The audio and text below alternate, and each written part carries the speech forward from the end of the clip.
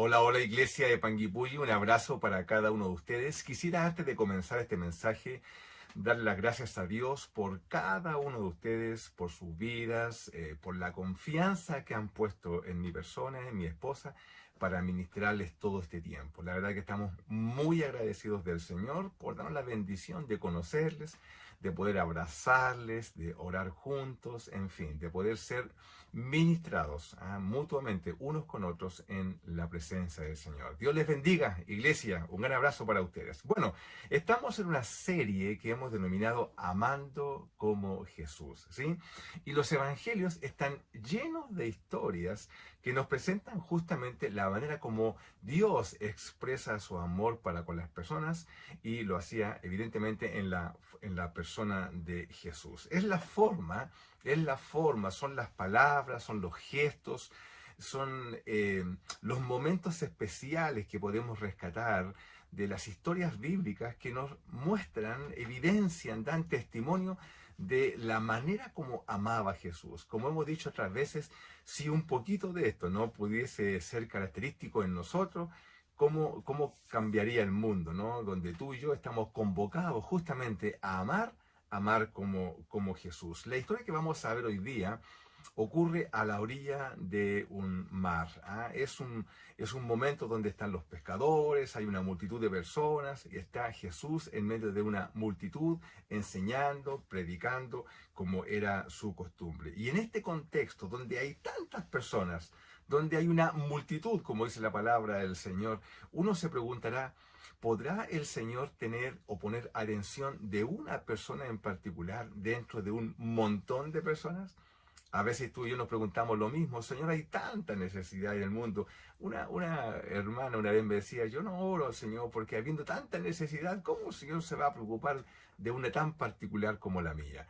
Y dentro de un conjunto de personas, de una multitud, ¿podrá el Señor Jesús poner su mirada en una persona en particular y atender la necesidad de esa persona?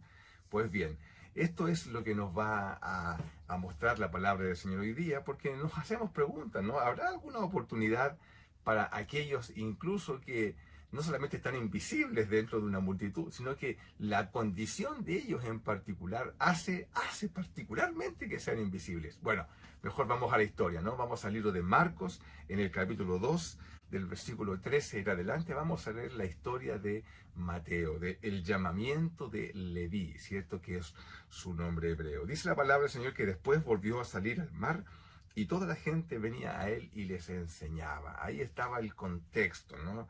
Y al pasar, dice la palabra del Señor que vio a Leví, ya hijo del Alfeo, sentado al banco de los tributos públicos, y le dijo, sígueme. Y levantándose, dice la palabra del Señor, le siguió. Y aconteció que estando Jesús a la mesa en casa de él, muchos publicanos y pecadores estaban también a la mesa juntamente con Jesús y sus discípulos, porque habían muchos que le habían seguido. Y estaba ahí Jesús en la casa de Leví. Pues bien, antes de seguir leyendo, es importante advertir justamente el contexto en donde pasa esta historia.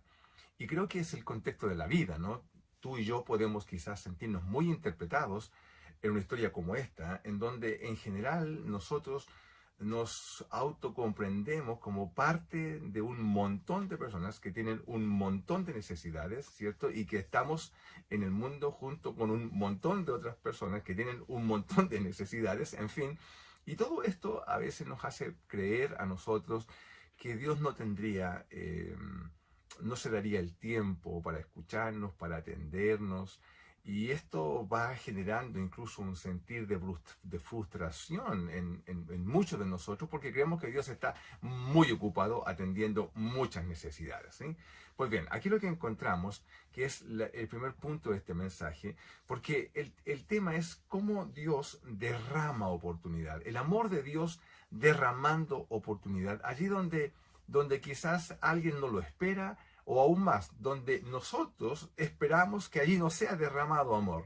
Mira cómo vamos a ir desarrollando este mensaje para que se vaya de alguna forma evidenciando no solamente el contexto y la historia, sino que se va evidenciando cómo tú y yo pensamos, no solamente de nosotros mismos como objetos del amor de Dios, sino que también cómo nosotros juzgamos a otros respecto de a quién Dios debería llamar o no. Mira qué interesante. Este mensaje tiene por objeto mover un poquito nuestros cimientos y mostrarnos de que no siempre tenemos una opinión correcta respecto de cómo Dios actúa. Incluso nosotros, tú y yo que estamos dentro del contexto de la iglesia, tenemos juicios respecto de a quién Dios debería llamar y a quién no. La Biblia dice en el versículo 13 que Jesús salió al mar, ¿cierto? Había mucha gente y al pasar, dice por ahí, vio a Leví. Y este es el primer punto. Lo primero es que un amor que derrama oportunidad hace visible a los invisibles. Mira qué interesante. Al pasar Jesús por ahí, vio a Leví, hijo del Alfeo, un hombre importante, reconocido por su historia familiar, porque se hace referencia a su padre. Es un hombre, cierto, que tiene cierta condición. Y la Biblia le llama Leví.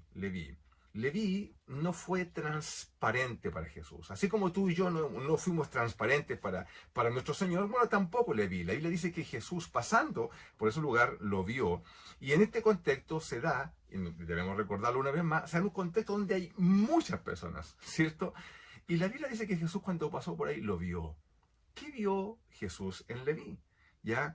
Evidentemente no fue por su actividad, porque Leví era un recaudador de impuestos. Y no era cualquier tipo de recaudador de impuestos que ya por su propia actividad eran odiados, resistidos por los judíos, sino que además estaba a la orilla del mar. Por tanto, era del tipo de recaudador de impuestos en las aduanas. Y la historia nos muestra, nos enseña que eran del peor tipo.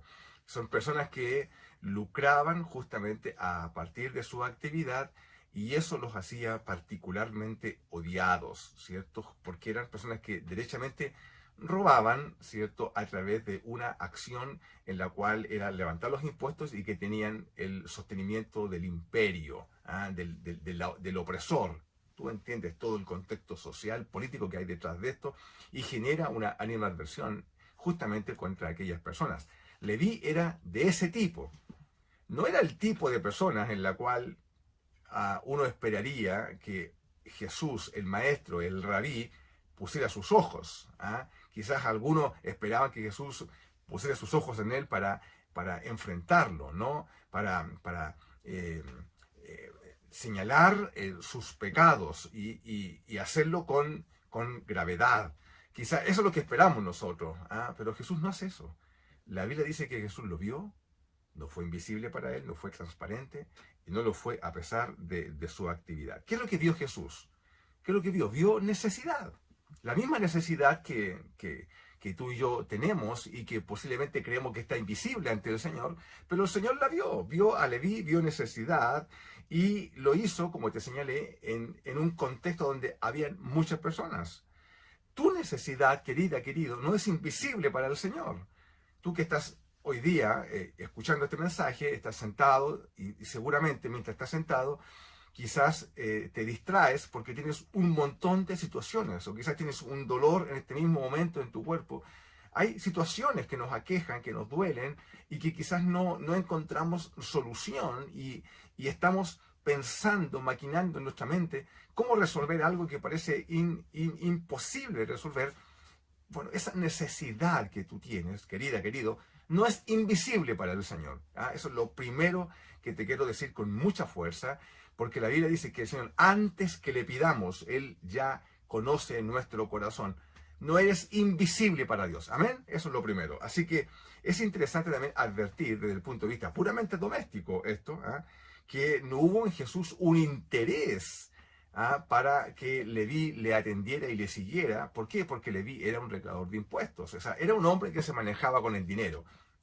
Y lo que podemos ver acá es que se manejaba bastante bien para sus propios propósitos, por cierto. Si Jesús quería un tesorero, por decirlo así, para su grupo de discípulos, aquí tenía uno. Y tenía uno de los buenos. Se iba a asegurar con esto que no solamente el dinero iba a ser recaudado, iba a ser resguardado, sino que iba a ser multiplicado. Mira lo que estoy diciendo. Jesús no piensa como nosotros. Los pensamientos de Dios no son nuestros pensamientos. Y aquí quizás también hay una enseñanza para ti y para mí, que en las iglesias a veces nosotros buscamos personas que creemos en nuestra convicción, en nuestra manera de entender el ministerio, creemos que califican de mejor manera para ciertos ministerios simplemente porque tienen la actividad, tienen el oficio, tienen la profesión, etcétera. Pero mira qué interesante, mira qué interesante. Esto a mí siempre me ha llamado mucho la atención, porque hay una tendencia natural, en este caso en mí, ¿cierto?, de buscar ayuda para el ministerio en aquellas personas que desde mi punto de vista tienen las habilidades técnicas. Pero mira, querido hermano, cómo el Señor nos tapa la boca una y otra vez. Dentro de la iglesia, el Señor no anda buscando ello, lo que anda buscando es el corazón. Cuando Pablo le dice a Timoteo, búscate hombres fieles, hombres idóneos, que sean fieles. Aquí hay una enseñanza, lo hemos compartido otra vez. La característica fundamental que el Señor busca en nosotros es nuestra fidelidad, nuestra lealtad. La idoneidad, es decir, la capacidad técnica para hacer el trabajo, se aprende. Si tú no sabes cómo hacer algo, lo vas a aprender. Hoy día se puede hacer de muchas maneras. No hay forma de poner una condición diferente a esta. Simplemente lo puedes hacer porque están todas las condiciones para hacerlo. Pero la lealtad, la fidelidad es algo que va en el corazón. Amén.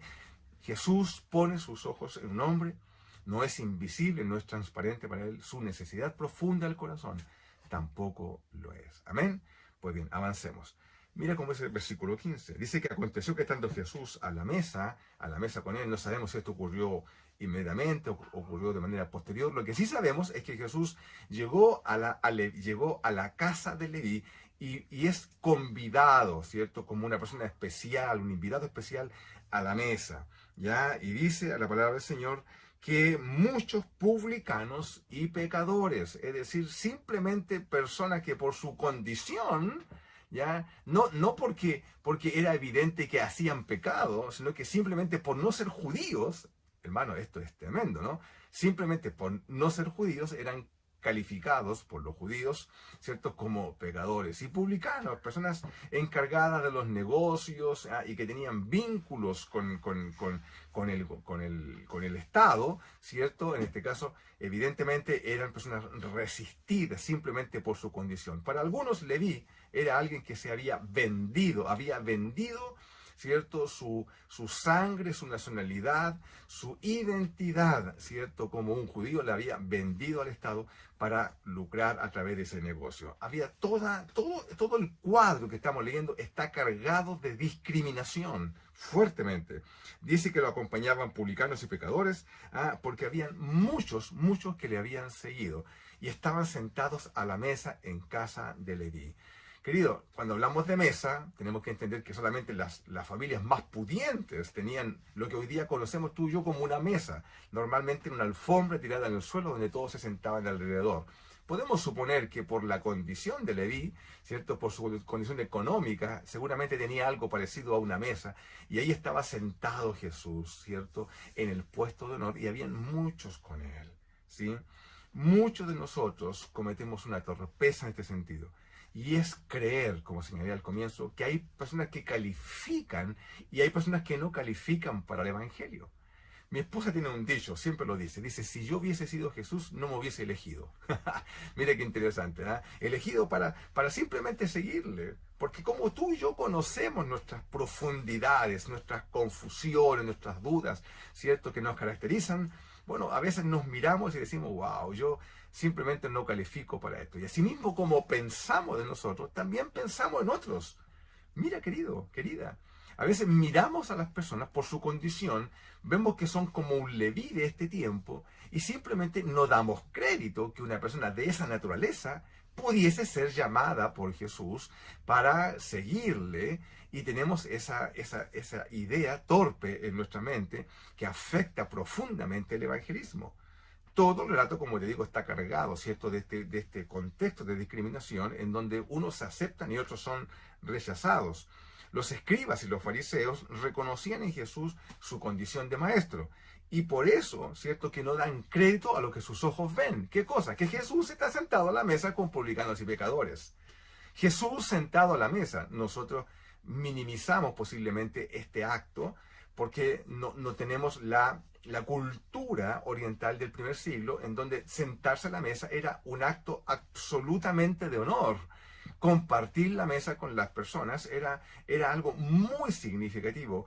El ser hospedador, ¿cierto? Que tanto le cuesta a muchos hoy día, es algo que era absolutamente necesario y bien visto y requerido justamente por las personas en atención a otros.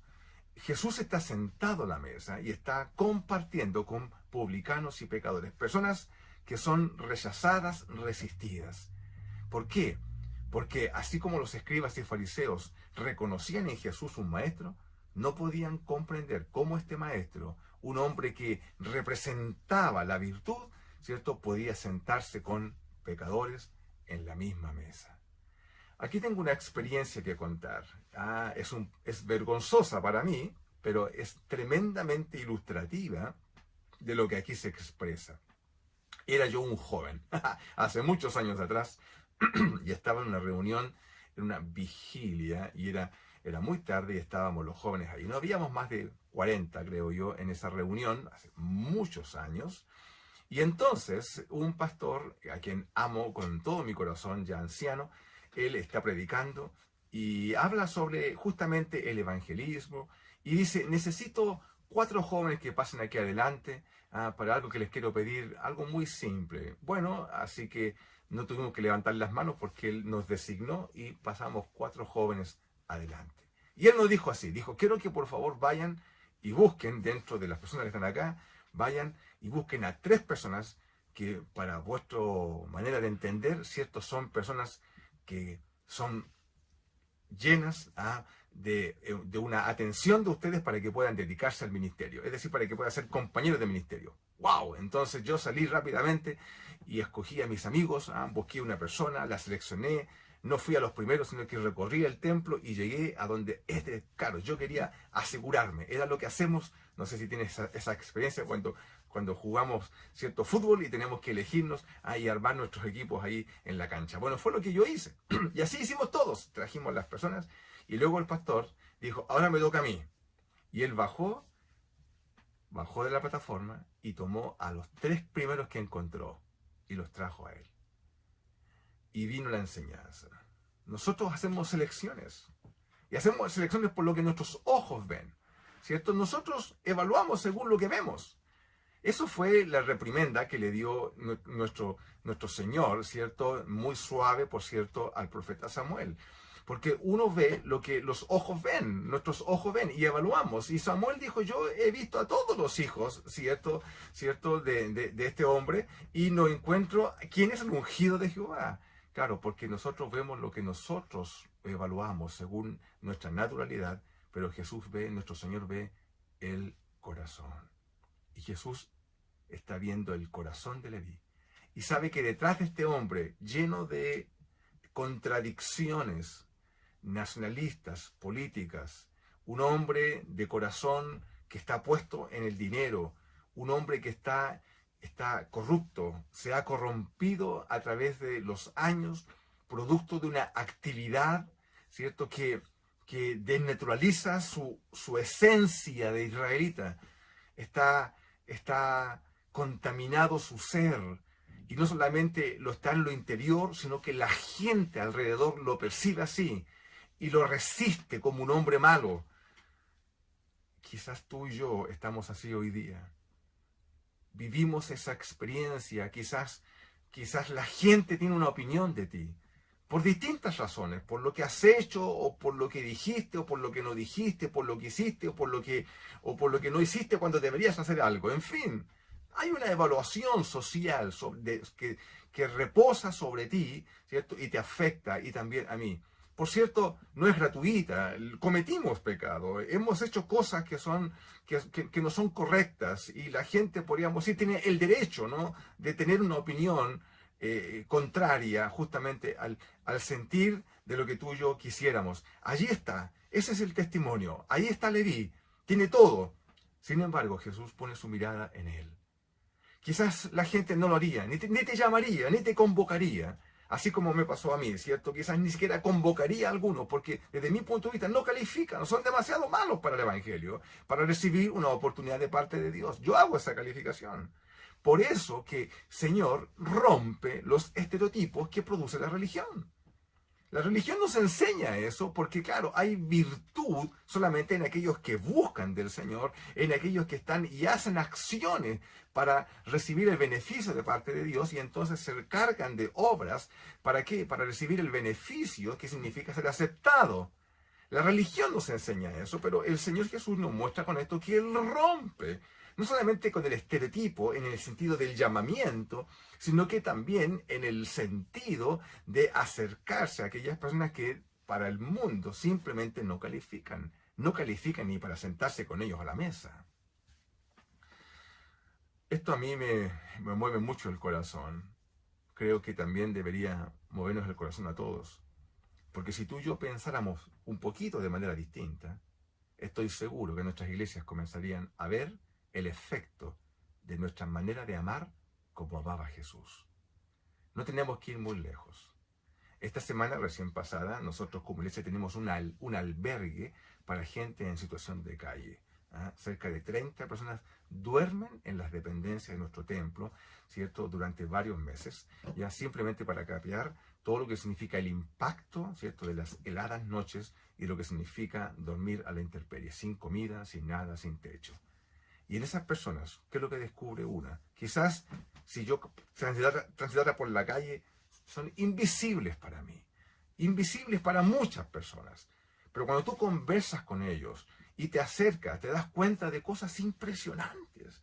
Mira, permíteme tomarme solamente este minuto para decirte que el otro día yo estaba con ellos haciéndole una instrucción, ¿cierto? Estaba hablando con ellos y descubrí que en ese grupo de 30 personas, dos hablaban inglés. 2 personas en situación de calle hablan inglés y uno lo habla fluidamente bien. De todos ellos habían 5 músicos y 2 de ellos tocaban mínimo 8 instrumentos. Uno de ellos era dibujante, caricaturista, y otros eran maestros avanzados en temas de construcción, pero buenos maestros. Dice, todo ese conjunto de personas, todos están ahí, pero son invisibles para nosotros.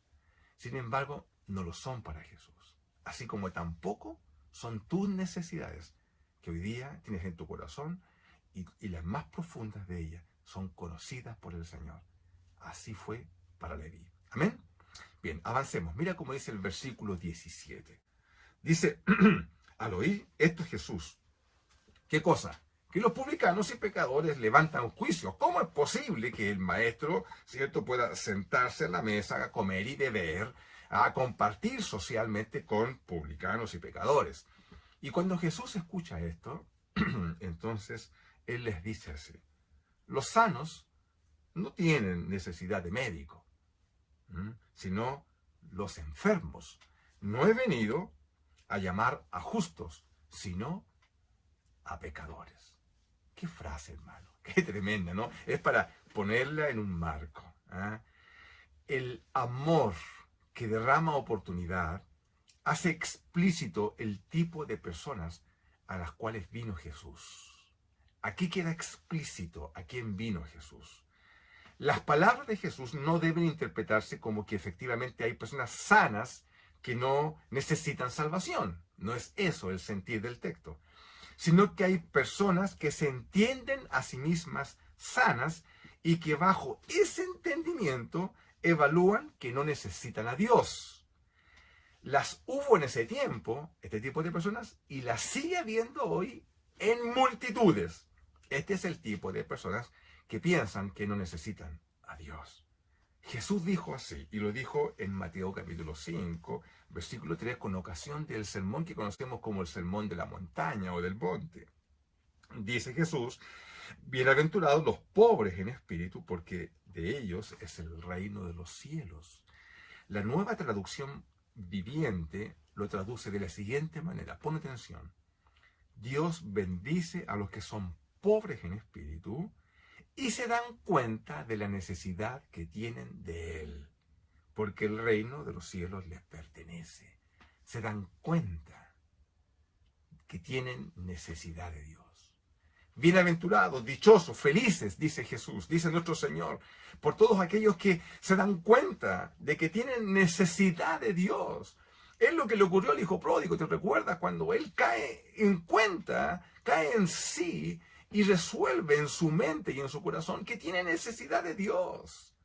Bienaventurados son esas personas, no aquellos que se miran a sí mismos y dicen, no tengo necesidad de Dios, puedo resolver mis cuestiones por mí mismo, ¿cierto? Y se exacerba la humanidad, la capacidad del hombre, pero en algún momento no vas a poder resolver los temas más fundamentales de la vida. Quizás las cuestiones domésticas las podrás resolver, pero no podrás resolver cuando te enfrentes al último día de tu vida y no tendrás manera de resolver aquello, ¿cierto? Que es justamente la paga por causa del pecado del hombre, que es la muerte y todas sus consecuencias. En algún momento tendrás que enfrentarte delante del Señor y nada de lo que hayas hecho en vida te servirá para enfrentar el tribunal de nuestro Señor. Mira qué importante es comprender la tremenda necesidad que tenemos de Dios. Solo aquellos que se saben enfermos acuden al médico. Solo una persona que sabe que está enferma del alma vendrá a Jesús. Yo me pregunto, ¿cómo te interpretas a ti mismo? ¿Como alguien necesitado?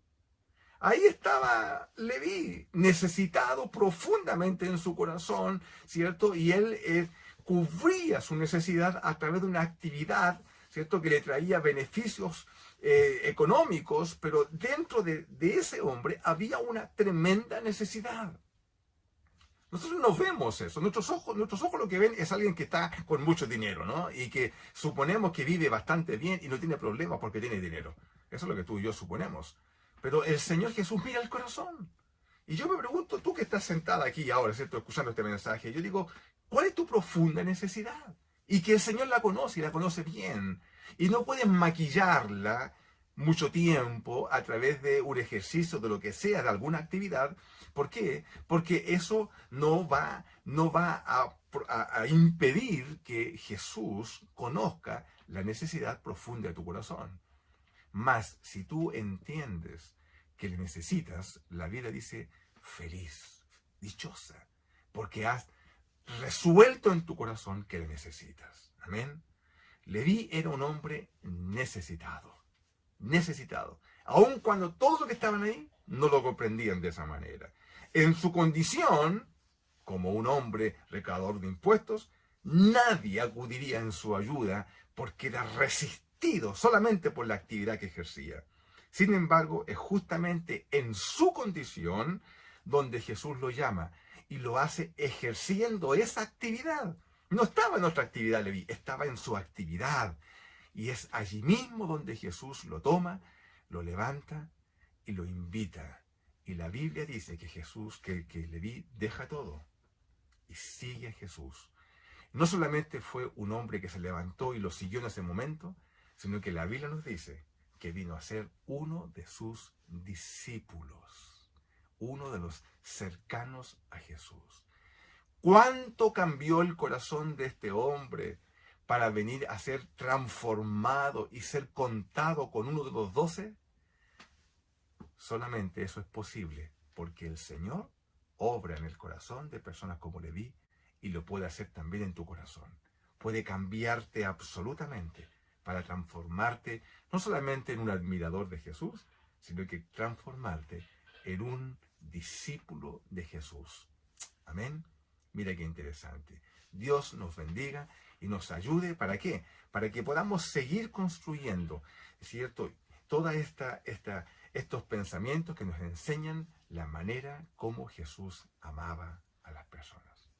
Padre, en el nombre de Jesús te damos gracias. Permite, Señor, que esta palabra toque nuestro corazón y seamos movidos, Señor, a levantar nuestra necesidad, hacerla explícita y recibir la gracia con la cual tú nos quieres bendecir. Oramos en el nombre de Jesús. Amén. Iglesia, un gran abrazo. Bendiciones.